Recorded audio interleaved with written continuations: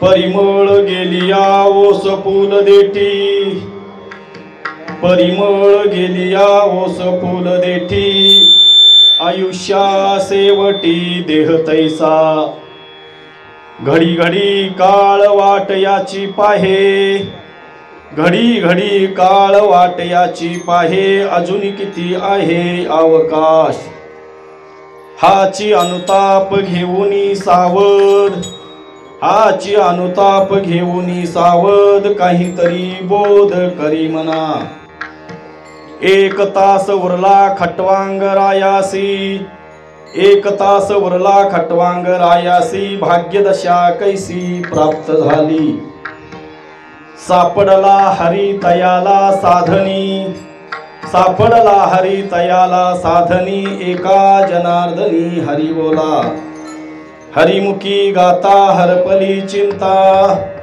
हरिमुखी गाता हरपली चिंता, तया नाही मागुता जन्म गेले.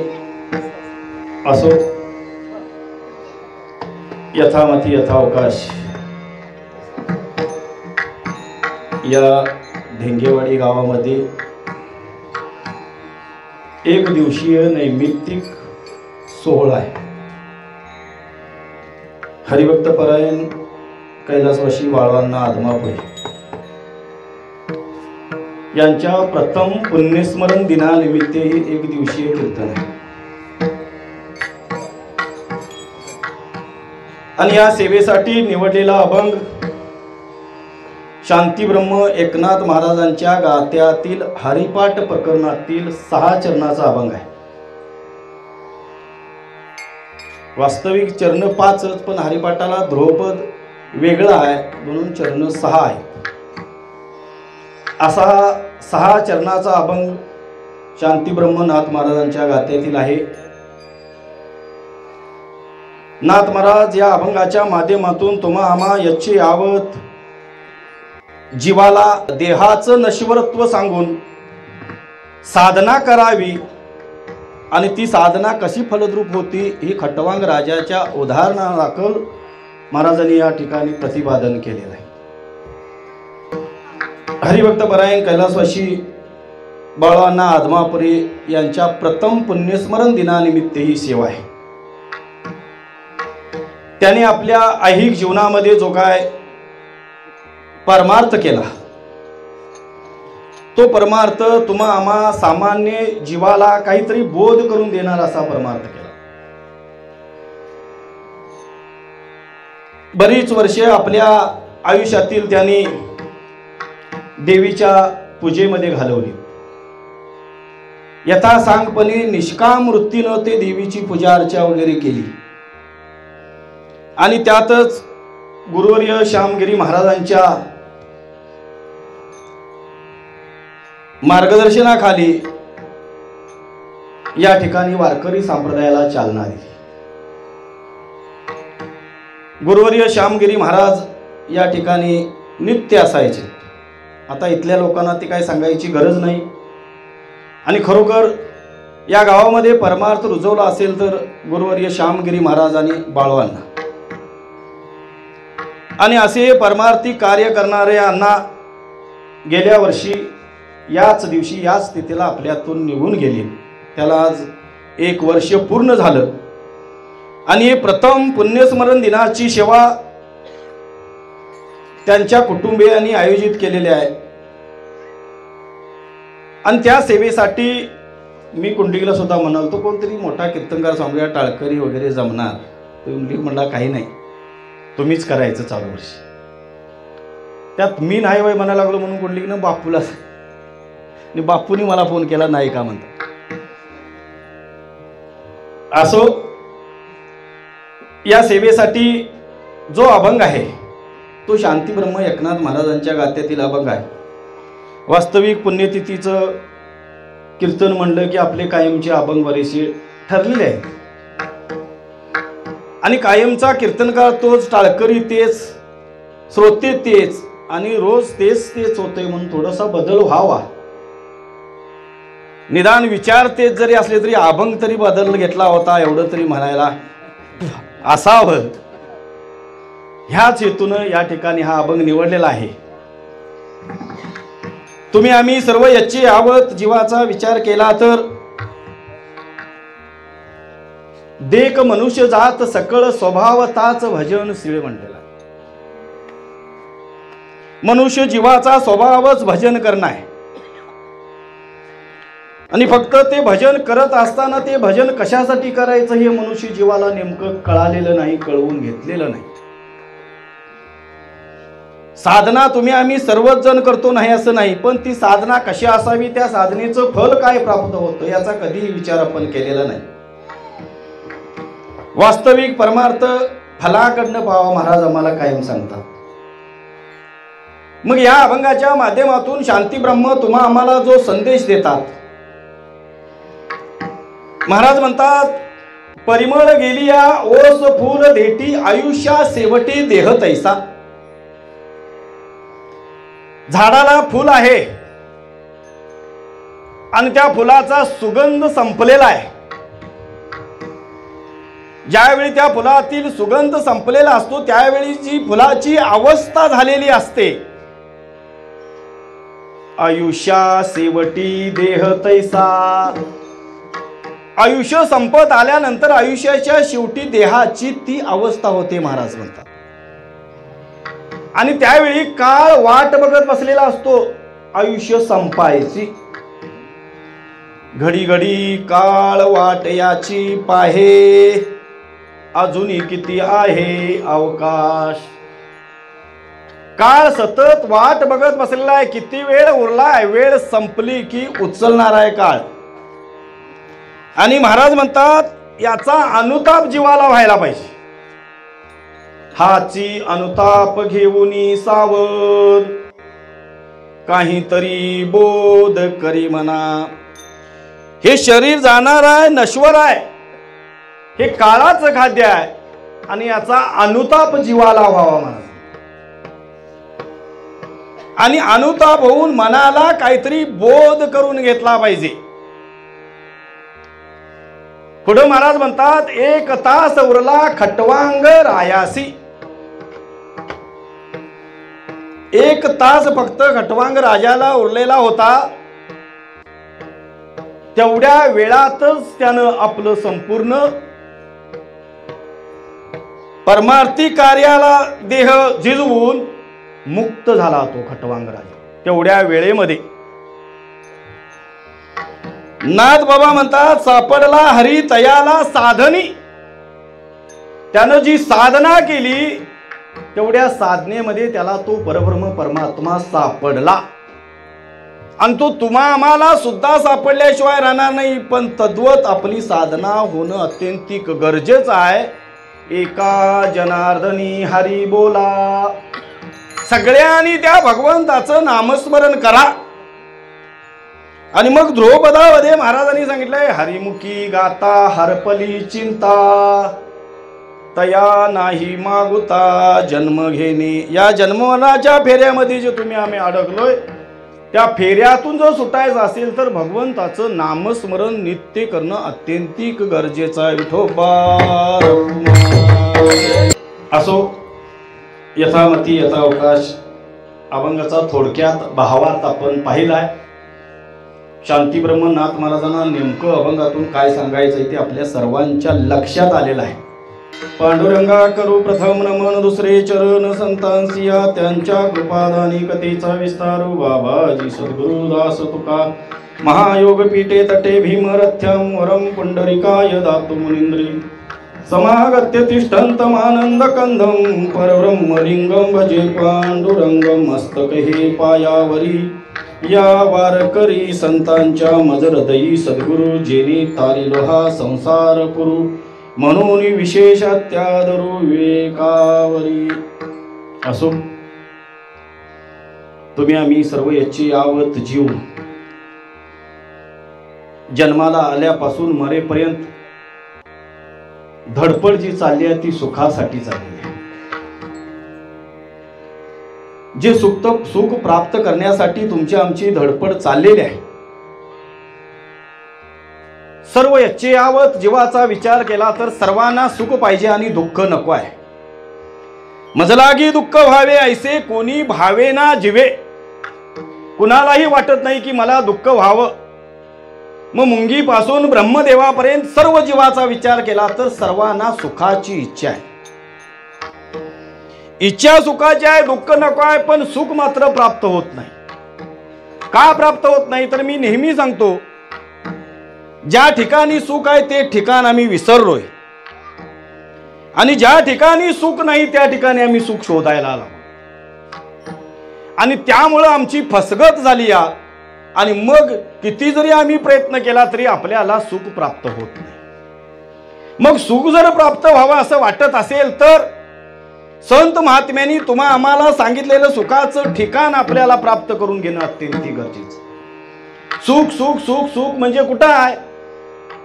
नेमकं ते सुख आपल्याला प्राप्त व्हावं असं वाटतंय ते आपल्यापासून बाजूला आहे का?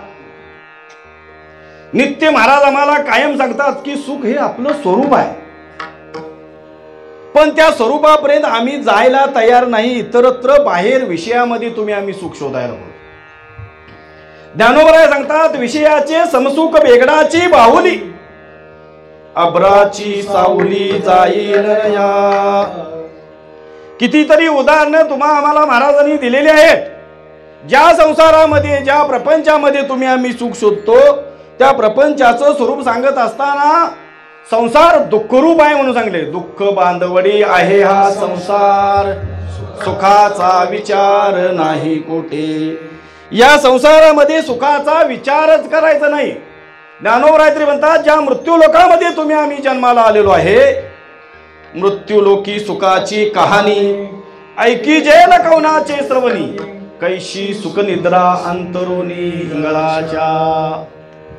मग ज्या सुखासाठी तुमची आमची ही जी प्रपंचामध्ये धडपड चाललेली आहे, या प्रपंचामध्ये सतत सतत दुःखाला सामोरं जावं लागतं. जन्माला आल्यापासून मरेपर्यंत दुःखच पदरात पडतं, दुःखच पदरात पडतं. 13व्यामध्ये भगवंताने एक श्लोक घातलेला आहे, इंद्रियार्थेषु वैराग्य मनहंकार यवच जन्म मृत्यू जरा व्याधी दुःख दोषानुदर्शनम. या दुःखाचा विचार करा म्हणतात. एवढ्या दुःखांना सामोरं जावं लागतं. गर्भवासात आल्यानंतर गर्भवासाचं दुःख आहे, जन्माला येताना दुःख आहे, जन्माला आल्यानंतर व्याधींचं दुःख आहे, त्यानंतर म्हातारपणाचं दुःख आहे आणि शेवटी मरणाचं दुःख आहे. एवढ्या दुःखांना आपल्याला सामोरं जावं लागतं. का तर जन्माला आलो म्हणून. मग जन्माला आल्यानंतर जर एवढ्या दुःखाला तुम्हा आम्हाला सामोरं जावं लागत असेल तर मग या जन्ममरणाच्या फेऱ्यातून सुटका कधी होणार? आपली सुटका करून घेणं अत्यंत गरजेचं आहे, लक्षात घ्यायचं. मग या प्रपंचामध्ये तुम्ही आम्ही सतत रात्रंदिवस राब राब राब राब राबत असतो आणि मग हळूहळू हळूहळू आपलं आयुष्य संपत येत. आता बाकीची दुःख सगळी सांगायची काय गरज नाही, पण म्हातारपणाचं दुःख महाराजांनी वर्णन केलेलं आहे. मज नाही हात पाय डोळा पडली झापड, डोळा पडली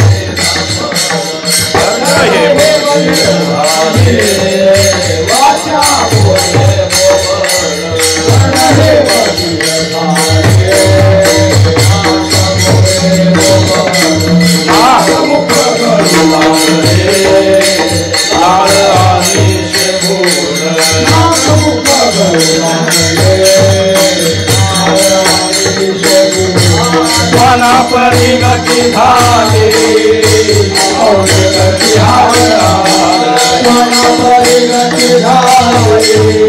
परिगती झाली संत माय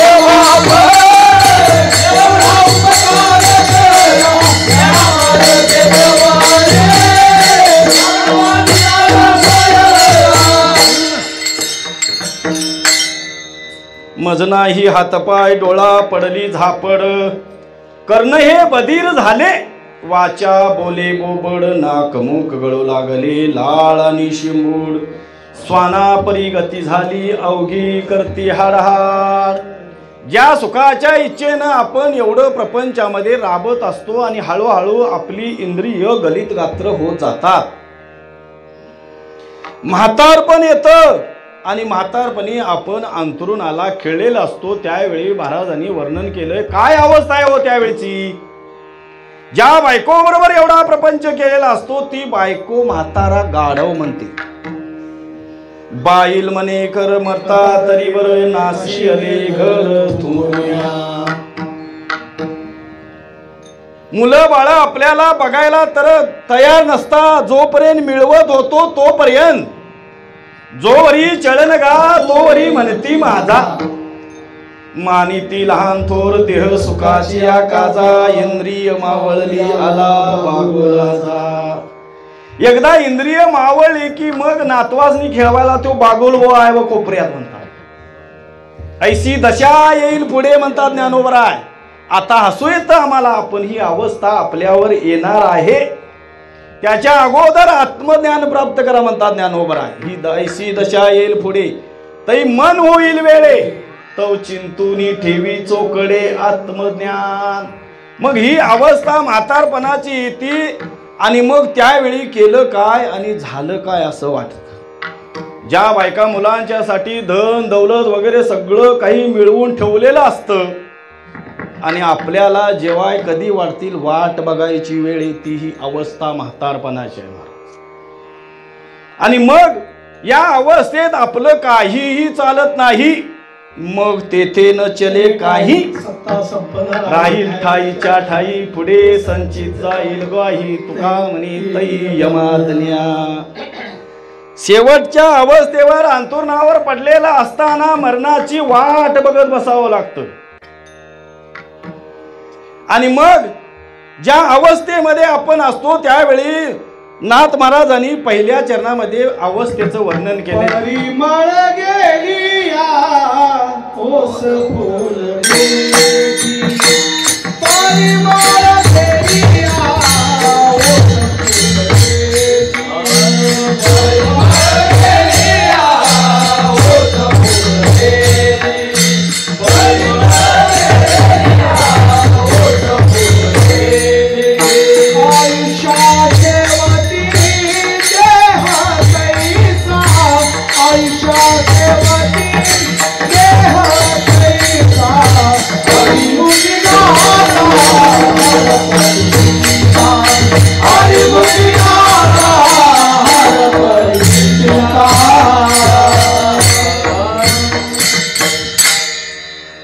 मरणाच्या अंतिम टप्प्यात आल्यानंतरच महाराजांनी उदाहरण दिलंय. परिमळ गेलिया ओस फुल देठी. देठाला फुल तरी दिसतं पण त्यातला परिमळ गेलाय म्हणजे सुगंध निघून गेलेला आहे. म्हणजे ते आता देठापासून थोड्याच वेळात बाजूला होणार आहे. ती अवस्था महाराजांनी आयुष्याच्या शेवटचं वर्णन केलंय. ज्यावेळी या शरीरातून प्राण निघून जाण्याची वेळ आलेली असते त्यावेळी आपल्याला माहिती आहे सगळी भोवत्यानी बसलेली असतात. आता जातोय काय मग जातोय, आता जातोय काय मग जातोय. मग त्याचं आयुष्य हळूहळू संपत आलेलं असतं. मरावं कुणालाही वाटत नाही पण मरण कुणालाही चुकत नाही. काय चुकतंय? किती जरी आपण मरण चुकवण्याचा प्रयत्न केला तर मरण चुकवता येत नाही. मरावंच लागतं. महाराज सांगतात ज्याचं वारसं होतं त्याचं वारावं होतच होतं. त्यात यत् किंचितही बदल होत नाही. कुणालाही चुकलेलं नाही ते. ज्याचा जन्म त्याचा मृत्यू ठरलेलंच आहे आणि मरावं असं वाटत नाही पण मरणाची वाट बघत बसायला लागतं. मग जोपर्यंत तो काळ वाट बघतोय महाराज म्हणतात परिमळ गेली हा ओस फुल देठी आयुष्या शेवटी देह तैसा. ते अवस्था देहाची आयुष्याच्या शेवटी झालेली असते. त्याला बोलवलं तर बोलता येत नाही, हलवलं तर काय हातपाय हलवत नाही. उगच डोळं मिनमिन मिनमिन मिनमिन करत असतात. आणि मग सगळ्यांनी उठून जाऊन पुढे जायचं. आबा मी ओळखलो. आबा जरा काय खाणार काय, हे करणार काय, ते करणार काय. त्यावेळी आबा कुणाकडे बघत नाही, काहीही करू शकत नाही. आबा शेवटच्या घटका मोजत असतो. पण जोपर्यंत घटका भरत नाही तोपर्यंत काळ त्याच्यावर काही करू शकत नाही. आणि हेच महाराजांनी दुसऱ्या चरणामध्ये घडी काळ वाट याची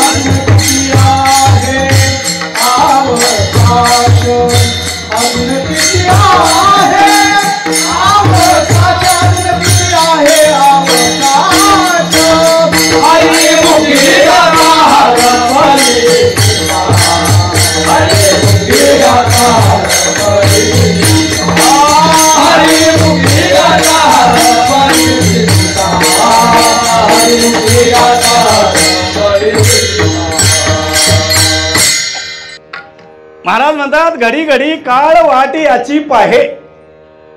काळ वाट बघत असतो. काळाला जोपर्यंत त्याची घटका भरत नाही तोपर्यंत नेण्याचा अधिकार नाही. काळ कुणाचंही आयुष्य वाढवू शकत नाही आणि कुणाचं आयुष्य कमीही करू शकत नाही. आपण म्हणायचं ते जरा नेला असता लवकर तर झाला असता बरा, पण ज्याचं जिथं आयुष्य ठरलेलं आहे तिथं त्याला आपण स्वतःहून घेऊन जातो. मी गरुडाचं उदाहरण नेहमी सांगतो. गरुडाच्या आईचं मरण ज्या ठिकाणी होतं, आता ती कथा वेळ लावून सांगायला वेळ नाही, त्या ठिकाणी स्वतः गरुड आपल्या आईला पाठीवरनं घेऊन गेला साता समुद्राच्या पलीकडं.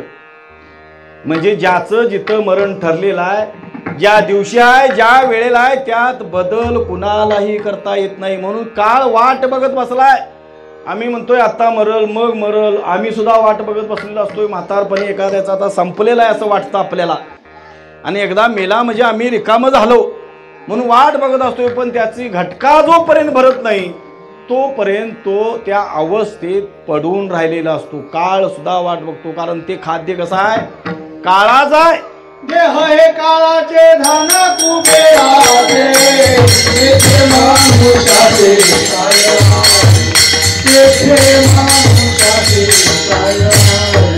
देह हे काळाचे धन कुबेराचे, तेथे माणुषाचे तेथे माणुषाचे. हा देह एक दिवस जाणार आहे.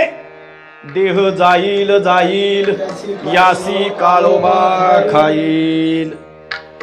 काळ टपून बसलाय, तो एक दिवस खाणारा याला मरण आहे.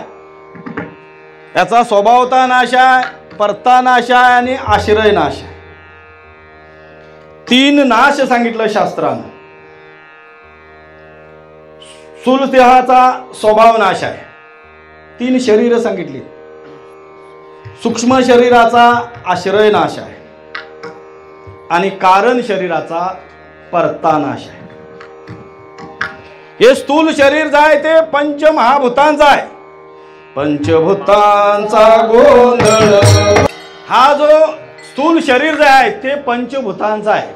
कुठली कुठली पंचभूत? वड्यावली यावली अशी नव्हत. पृथ्वी, आप, तेज, वायू आणि गगन या पंचभूतापासून हा देह निर्माण झालेला आहे आणि तो पंचभूतामध्येच विलीन होतोय. लक्षात. स्थूल शरीर. सूक्ष्म शरीराच्या आतमध्ये एक आहे, ते पंच प्राण, पंच ज्ञानेंद्रिय, पंच कर्मेंद्रिय यांच्यापासून निर्माण झालेला आहे. त्याचा आश्रय नाश आहे. हे कुणाच्या आश्रयावर आहे? कारण शरीराच्या आश्रयावर. आणि तिसरं जे शरीर सांगितलं ते कारण शरीर आहे. कारण शरीर म्हणजे अविद्या, मलिन सत्वगुणा सहित अविद्या. शॉर्ट मध्ये महाराज पुढे बसले त्यामुळे शॉर्ट करून काय चालणार नाही, कारण मलिन सत्वगुण त्यातला महत्वाचा आहे. अशी ही 3 शरीर आहेत. या कारण शरीराचा परता नाश आहे. आता या कारण शरीराचा परतानाश म्हणजे त्या कशामुळे होणार? कारण शरीर म्हणजे अविद्या, अज्ञान आहे. मग याचा परतानाश म्हणजे ज्ञानानंच त्याचा नाश होतो. ज्ञानानं त्याचा नाश, आता त्याचा नाश म्हणता येत नाही, अत्यंत अभाव होतो. बरोबर आहे. कारण शरीराचा अत्यंत अभाव, सूक्ष्म शरीराचा बाध आणि स्थूल शरीराचा काय होतो? नाश होतो. स्थूल, सूक्ष्म आणि कारण या तीन शरीराचा हे जाणारा एक दिवस, कारण हे काळाचं खात आहे, काळ याची वाट बघत बसतो. मग ज्या सुखासाठी तुमची आमची ही धडपड चाललेली आहे, ते सुख जर प्राप्त आपल्याला व्हायचं असेल तर दुःख नेमकं कशामुळे, दुःखाचं कारण शोधणं अत्यंत गरजेचं. आम्ही दुःख निवृत्त करायला बघायला लागलोय, पण दुःखाचं कारण आम्ही बघितलेलं नाही. दुःखाला जर कारण काय असेल तर शास्त्रानं सांगितलेलं आहे शरीर. शरीराला कारण काय? पाप पुण्य. पाप पुण्यास कारण काय?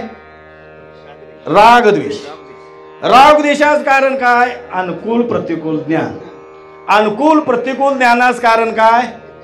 भेद ज्ञान. भेद ज्ञानास कारण स्वस्वरूपाचं अज्ञान. आणि या स्वस्वरूपाच्या अज्ञानानं तुम्हा आम्हाला या जन्माला यावं लागलेलं आहे, लक्षात घ्यायचं. ज्यावेळी हे स्वस्वरूपाचं अज्ञान, आत्मस्वरूपाचं अज्ञान जाईल, त्याच वेळी आपल्याला जन्म मरण आपलं खंडित होतं. मग हे जाईल कधी? हे असं सहजासहजी जाणार आहे का अज्ञान? नुसतं कीर्तन ऐकून, प्रवचन ऐकून, आता किती महाराज आम्ही महाराज ऐकून ऐकून आता जवळजवळ 2017 पासून आमचं कुरामध्ये पाठ चालू आहे. विचारसागर बरेच ग्रंथ झालेत आमचे, पानं पालटीत आम्ही गेलोय, पण जे व्हायला पाहिजे बदल, तो बदल झालेला नाही. हे अज्ञान जे मूळ आहे तेवढ्यासाठी एवढं ग्रंथ वगैरे जे सगळे आहेत, हे एवढं अज्ञान घालवण्यासाठी आहेत ग्रंथ. हे सगळे ग्रंथ सुद्धा आपसात भांडतात ते याच्यासाठीच. शास्त्राचे भांडण, तप तीर्थाटन, उर्वीचे भ्रमण याजसाठी. मग हे अज्ञान जर जायचं असेल तर अगोदर या शरीराचं मिथ्यात्व कळणं अत्यंतिक गरजेचं आहे. शरीराचं मिथ्यात्व कळलं की संसाराचं प्रपंचाचं मिथ्यात्व कळलं. ज्ञानोबा यांनी एक दृष्टांत घातलेला आहे 15व्यामध्ये. विष रांधलिया रस सोय, जई जेवणारा ते ठाऊक होय, तई ताटची सांडूनी जाय जिया परी. एखादा 8-10 दिवसाचा उपवास असावा, अन्नासाठी शोधत फिरत असावा, एखाद्या ठिकाणी जेवणाची पंगत असावी आणि तो 8 दिवसाचा उपवासी त्या पंक्तीला नेऊन बसवावा. त्याला कधी जेवण झालेलं असतं, कधी पोटात 2 घास जातीली अवस्था झालेली असती आणि जेवायला चालू केल्यानंतर शेजारच्यानं त्याचा हात धरावा, थांब तू जेवू नको म्हणून. आता त्याला काय वाटलं, 8 दिवसाचा उपवास आहे, पोटात अन्नाचा कण गेलेला नाही. तो शेजारचा म्हणतोय तू जेवू नको, सगळी पंगत जेवायला लागली. तो म्हणतोय जेवू नको, थांब. तो म्हणतोय जरा 2 घास खातो आणि मग थांब. म्हणतोय तुला सांगतो तू जेवू नको. तो म्हणतोय मी 2 घास खातो, पोटात माझ्या जाऊ द्या 2 घास, आणि काय सांगशील ते मी ऐकतो. का तर मला लई भूक लागलेली आहे, मला आता चालता येत नाही, माझी अवस्था झाली. आणि सगळी जेवायला लागल्यात. ज्यांची पंगत आहे त्यांनी मला बोलवून आणलेलं आहे जेवायला, आणि तू का माझा हात धरलास? त्यावेळी तो म्हणतो, अरे बाबा तुझ्या अन्नामध्ये विष घातलेला आहे. आता काय करील तो? तई ताटची सांडूनी जाय जिया परी. ज्ञानोबरायांनी दृष्टांत दिला, तो ताटावरनं उठून जाईल, किती जरी दिवसाचा उपवास असला तरी. पुढं महाराजांनी सिद्धांत सांगितला आहे, तैसे संसारा या समस्ता जाणूनी अनित्यता, तै वैराग्य दवडिता पाठी लागे. ज्यावेळी या संसाराचं, या देहाचं मिथ्यात्व लक्षात येईल, हा देह जाणारा, हे काळाचं खाद्य आहे, हे ज्यावेळी आपल्याला कळल त्याच वेळी आपली वृत्ती बदलेल, बाजूला जाईल. तोपर्यंत आपल्याला हे कळणार नाही. म्हणून महाराज म्हणतात, घडी घडी काळ वाट याची पाहे, अजून किती आहे अवकाश. आणि हा अनुताप व्हावा तिसऱ्या चरणात महाराजांनी सांगितलं. हाची अनुताप घेऊन सावधान काहीतरी बोध करीना काहीतरी बोध करीना काहीतरी बोध करीना हाची अनुताप घेऊन सावधान काहीतरी बोध करीना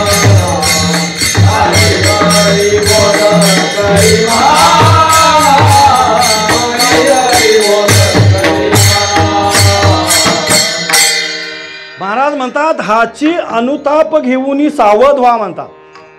काय अनुताप व्हायला पाहिजे? एक दिवस शरीर हे जाणार आहे. याला किती जरी आपण जपण्याचा प्रयत्न केला तरी ते राहणार नाही. काळाची एवढी पडेल बा जेव्हा सोडविना तेव्हा मायबाप सोडविना राजा देशीचा चौधरी अनेक सोयरी भली भली सोडविना बंधू पाटीची बहीण शेजेची कामीन दूर राही. या प्रपंचातलं या गोतावळ्यातलं कोणीही सोडवणार नाही. म्हणून महाराज म्हणतात तुका म्हणे तुला सोडविना कोणी एका चक्रपाणी वाचून या. हा अनुताप व्हायला पाहिजे. आता यातलं मला सोडवणार कोणीही नाही. हा काळ टपून बसलेला आहे, हा घेऊन जाणार आहे, याचा अनुताप शेवटी व्हायला पाहिजे आपल्याला. निदान बाकीच्या लोकांचं राहू दे, तुम्ही आम्ही परमार्थ म्हणून करतो, तो कशासाठी करायला लागलो हे कळवून घेणं अत्यंत गरजेचं. याच्या महाराज आम्हाला कायम सांगतात. याच्या अगोदर आपल्यातली कितीतरी जण गेले. आजा गेला पंजा गेला बाप मसना गेला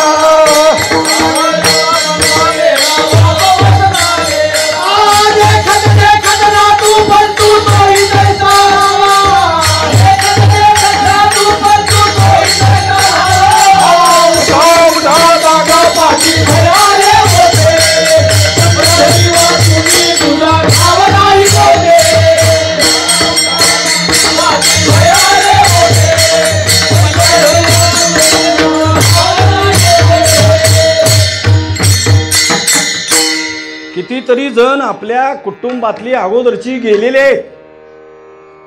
आम्ही फोटोवरनी लिहिलंय कैलासवासी, वैकुंठवासी, स्वर्गवासी, ब्रह्मीभूत. यातलं काही नाही महाराज. हे सगळं आम्ही मनान केलेलं आहे आणि आम्ही सुद्धा त्याच मार्गाने चाललोय. ज्या प्रपंचामध्ये दुःख आहे माहिती असून सुद्धा परत परत आम्ही ऐकून सुद्धा त्या प्रपंचावरचं तादात्म्य सोडायला आम्ही तयार नाही. आणि मग एक दिवस ही अवस्था आपल्यावर येणार आहे. म्हणून महाराज म्हणतात हाची अनुताप घेऊन सावध सावध व्हा म्हणतात. परमार्थामध्ये अनुतापाला फार महत्व आहे. अनुताप म्हणजे काय? पश्चाताप व्हायला पाहिजे आपल्याला. आपण जे काय करतो कर्म ती विहित आहेत काय निषिद्ध आहेत हे कळवून घेणं विवेकानं गरजेचं आहे. आणि हा जर विवेक असेल तर आपल्याला पश्चाताप होईल, नाहीतर पश्चाताप होत नाही. आम्ही करतोय तेच बरोबर आहे असं वाटतं. विवेकाने कळायला पाहिजे विहित काय निषिद्ध काय, चांगलं काय वाईट काय, ग्राह्य काय त्याज्य काय हे कळवून घेऊन आपल्याला अनुताप होणं अत्यंत गरजेचं आहे. आणि एकदा अनुताप झाला की मग तो वाममार्गाला जाऊ शकत नाही. पण अनुताप व्हायला पाहिजे. आधी झाले पाहू नका पुढे आहे जामीन तुका. ज्ञानोबा यांनी सुद्धा एक ओवी घातली. आधी होता दुराचारी मग उत्तमची अवधारी जैसा बुडाला महापुरी न मरतू निघाला. पण पश्चाताप व्हायला पाहिजे. अनुताप झाला की मग तू त्यातून बाहेर आल्याशिवाय राहत नाही. पण अनुताप होऊन जर त्यातून बाजूला झाला तर त्यासाठी महाराज म्हणतात मनाला बोध करायला पाहिजे. काहीतरी बोध करी मना. कारण हे सगळं चाललं हे मनावर अवलंबून आहे. पण मन कसं आहे? सगळ्या इंद्रियांचा राजा आहे मन. ते मन इंद्रिय ते मन नेहल तिकडं धावतात. काय काय करीतो या मना परी न ऐके नारायणा करू नये त्याची करी विवंचना नेऊ पतना आधरिले. हे मन पतनाकडं नेल्याशिवाय राहत नाही. म्हणून या मनाला ताब्यात ठेवणं अत्यंत गरजेचं आहे. म्हणून मनाला बोध अगोदर करायला बघतय. मनात येते धाव घेई राहे विठोबाचे पायी. मनानं जर एकदा मना धाव घेतली त्या विठोबाच्या चरणाजवळ राहिलं तर परत माघारी येत नाही. म्हणून महाराज म्हणतात हाची अनुताप घेऊन सावध काहीतरी बोध करी मना. आणि मग याच्या पुढच्या चरणात महाराजांनी एक तास उरला खटवांगरायाची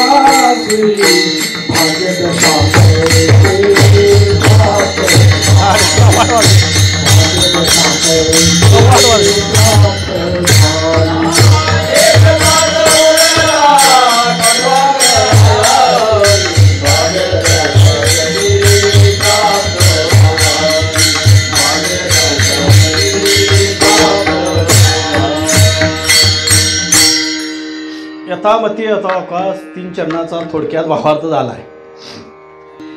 परिमळ गेलिया ओस फुल देठी आयुष्या सेवटी देह तैसा घडी घडी काळ वाट याची पाहे अजून किती आहे अवकाश. हाची अनुताप घेऊन सावध काहीतरी बोध करी मना. एक तास वरला खटवांगरायासी भाग्य दशा कैसी प्राप्त झाली सापडला हरी तयाला साधनी. एका जनार्दनी हरी बोला हरिमुखी गाता हरपली चिंता त्या नाही मागुता जन्म गेली. असो 3 चरणाचा थोडक्यात भावात पाहिला. वेळेची मर्यादा लक्षात घेऊन अगदी थोडक्यात सांगण्याचा प्रयत्न केलाय. पुढे महाराज म्हणतात 1 तास उरला खटवांग रायासी. महाराजांनी हा दृष्टांत दिलाय खटवांग राजाचा. इक्ष्वाकू कुळामध्ये राज्य करणारा हा राजा शूर पराक्रमी ऐश्वर्य संपन्न असा राजा होता. कशाचीही कमतरता नव्हती. फार शूर पराक्रमी राजा होता. एक वेळ देवासुरांचं युद्ध झालं. देव आणि असुर यांच्यामध्ये द्वंद्व युद्ध चालू झालं. शेवटी बरेच दिवस युद्ध चाललं असताना असुरांच्या पेक्षा देवांची ताकद कमी पडायला लागली. शक्ती असुर देवांना ऐकत नाहीत अशी अवस्था निर्माण झाली. आणि त्यावेळी देवानी निर्णय घेतला की आपल्याला आता कोणाला तरी मदतीला बोलावं लागेल नाही तर आपण पराजित होतो. आणि म्हणून देवानी हा शूर पराक्रमी राजा खटवांग याला युद्धासाठी आपल्या बाजूनं पाचारण केलं, बोलवलं. आता तो महापराक्रमी राजा होता. तो आला आणि देवांच्या बाजूने लढला आणि अंती देवांचा असुरांच्यावर विजय झाला. असुरांच्यावर विजय झाला आणि हा विजय होण्याला कारण जर कोण असेल तर हा खटवांग राजा आहे. म्हणून देवानी इंद्रदेवानं खटवांग राजाला सांगितलं तू आम्हाला युद्धामध्ये मदत केलीस म्हणून आम्ही जिंकलो. तुला जे काय मागायचं आहे ते माग. खटवांग राजा हसायला लागला. वा रे वा म्हणे. अगोदर मला मदतीला बोलवलं आणि आता तुम्ही मला माग म्हणता. ठीक आहे म्हणला तुम्ही मला देणारच आहात. माझ्याकडे कशाचीही कमतरता नाही. तुम्ही देऊन मला काय देणार आहात? जे माझ्याकडे सगळं उपलब्ध आहे त्यातलंच काहीतरी तुम्ही देणार. माझी एक इच्छा इंद्रदेवाकडं खटवांग राजानं मागणी केली की माझं आयुष्य किती आहे तेवढं मला फक्त सांगा. आणि मग इंद्रदेवानं सगळे पंचांगकर्ते बोलवले. आता इंद्रदेव होता तो सगळे देवच होते. आता तिथं काय त्यांची कमतरता होती काय बघणाऱ्यांची.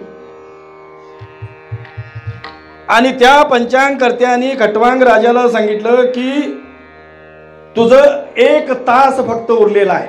आता त्या भागवतामध्ये 2 पळ म्हणून सांगितलेले आहेत.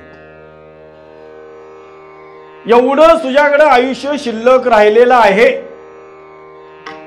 आणि मग खटवांग राजाला अनुताप झाला. आता एवढं सगळं आयुष्य शिल्लक राहिलंय, आता एवढ्या आयुष्यामध्ये मी कसा काय त्या परब्रह्म परमात्म्याला प्राप्त करणार.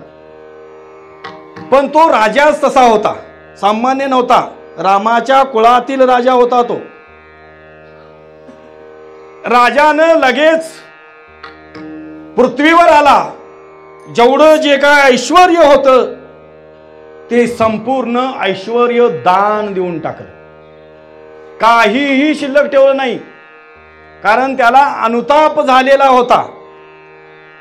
आणि तो राजा उरलेल्या वेळामध्ये निवांत जाऊन तपश्चर्येसाठी बसला.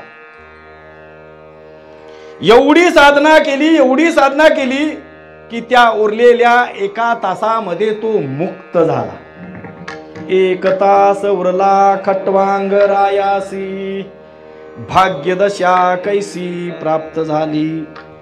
एका तासामध्ये खटवांग राजा मुक्त झाला. आमचं अख्खं आयुष्य आम्ही परमार्थासाठी वापरायला लावलं.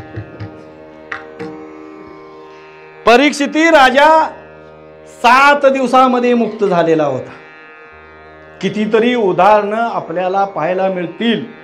आम्ही इतकी वर्ष, एवढं आयुष्य एकच नाही, किती जन्म झाला फेरा, पडलो आवर्ती घोरा वरसा. कितीतरी जन्म आमचे याच्या अगोदर झालेले आहेत. आणि याच जन्मात जर नाही आम्ही कळवून घेतलं, नाही अनुताप झाला आणि नाही जर साधना केली तर आणि परत पुनरपी जननम पुनरपी मरणम पुनरपी जननी जठरे शरीरम, किती वेळा जन्मा यावे नित्य व्हावे पजित. तो जसा खटवांग राजा 1 तासामध्ये मुक्त झाला, त्यानं एवढी साधना केली, एवढं नामस्मरण भगवंताचं केलं की त्यामध्ये त्यानं खंड पडू दिला नाही. एवढी साधना केली. आज परमार्थामध्ये साधनेला अत्यंतिक महत्व आहे. आम्ही साधक दशेत असताना सुद्धा जे अंतिम साध्य आहे ते विसरलोय. आणि त्यामुळे विसरली तया थोर झाली हानी, पचतील खानी 84च्या. म्हणून मग या जन्ममरणाच्या फेऱ्यामध्ये आम्ही अडकलोय, यातून सुटायला तयार नाही. मग यातून जर सुटकावायचे असेल तर साधना करणं अत्यंत गरजेचं आहे. आणि ती साधना म्हणजे भगवंताचं नामस्मरण अत्यंतिक महत्वाचं आहे. नामस्मरण जर आपलं झालं तर नामस्मरणानं अंतकरणातला मलदोष निवृत्त होतो. मलदोष निवृत्त होण्यासाठी भगवंताचं नामस्मरण अत्यंतिक महत्वाचं आहे. आणि जोपर्यंत हा मलदोष निवृत्त होत नाही तोपर्यंत पुढल्या दोषाकडे जाता येत नाही. आणि तो स्वतःहूनच निवृत्त करायचा आहे. त्यासाठी निष्काम कर्म, निष्काम उपासना विक्षेप दोषासाठी सांगितले आहे. आणि ही निष्काम कर्म आणि उपासना साधनेमध्ये आपण जी निष्कामतेने करतो ती स्वतः करायची आहे. मलदोष आणि विक्षेप दोष मी नेहमी सांगतो, ईश्वर काढू शकत नाही आणि सद्गुरूही काढू शकत नाही. आपली आपणच करायची. आपुली आपण करा सोडवून, संसार बंधन तोडावे. जर 1 तासामध्ये खटवांग राजा जर मुक्त होत असेल तर आम्हाला होता येणार नाही का? निश्चितच होणार. आणि असा जो खटवांग राजा होता त्याला 1 तासामध्ये तो परब्रह्म परमात्मा प्राप्त झाला अभंगाच्या शेवटच्या जन्मात. सापडला हरी तया साधनी, सापड हरी तया ते साधा.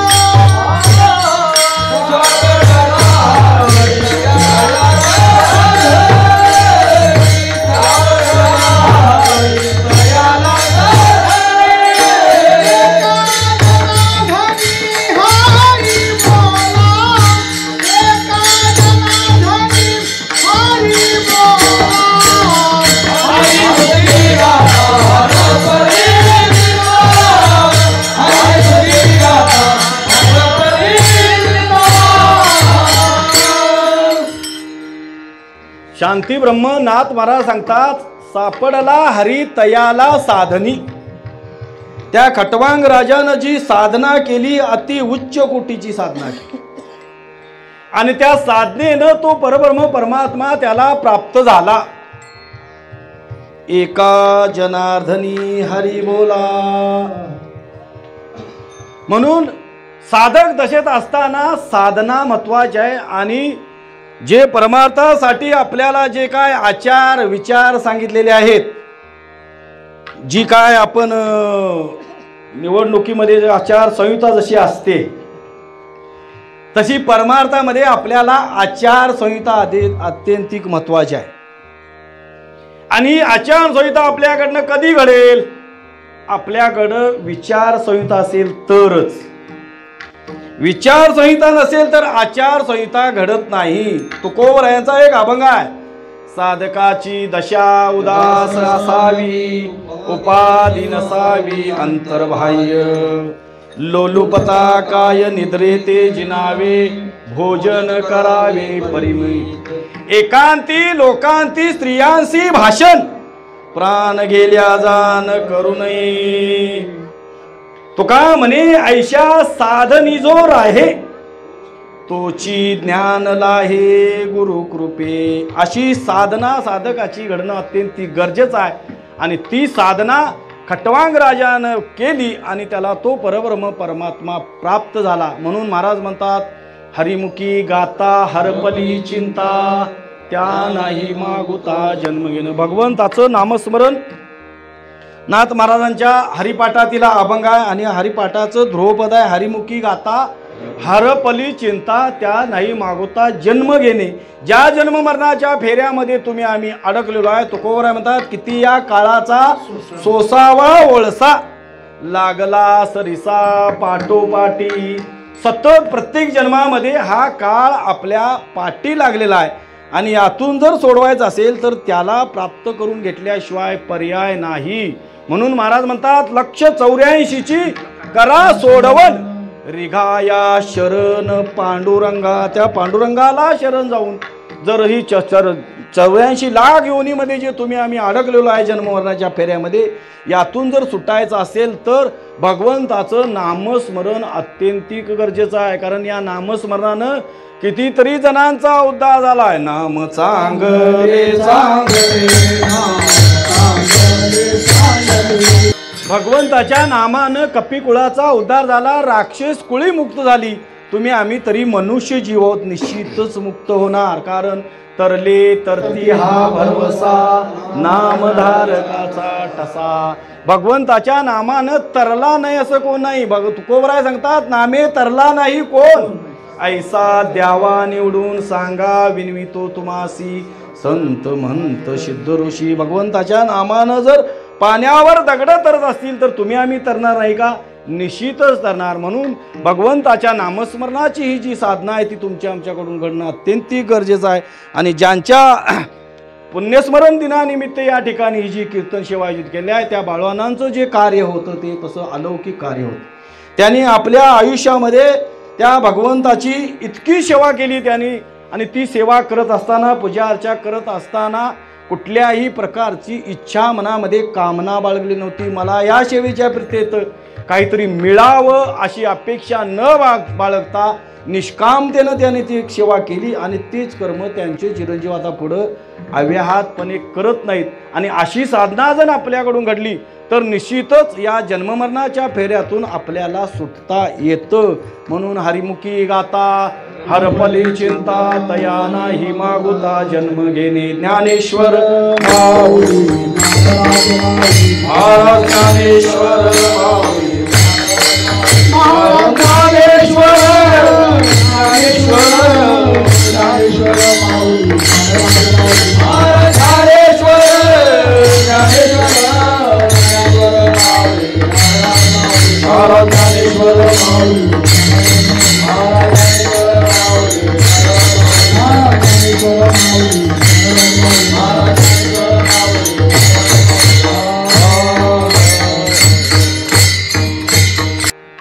सर्वांच्या अनुषंगाने ही आजची सेवा. बोलण्याच्या अवघात काय एखादा चुकीचा शब्द गेला असेल तर तो माझ्या वाणीचा दोष आहे. अभंग सोडवला असं म्हणता येत नाही. मी नेहमी सांगतो, संत महात्म्यांची जी अभंग आहे तीच आम्हाला या जन्ममरणाच्या फेऱ्यातून सोडवणार आहेत. फक्त त्याची आपण साधना करणं अत्यंत गरजेचं आहे. जे काय योग्य असेल ते दोन्ही बाजूला गुरुवर्य बसलेले आहेत त्यांचं आहे. मी तो हमाल भारवाही असो झालेली सेवा त्यांच्या चरणी बाळांची चरणी सर्व श्रोते सज्जनांच्या चरणी अर्पण करून शेवेला पूर्ण द्यायचा त्यापूर्वी एक सूचना आहे. विठ्ठल जय जय विठ्ठल.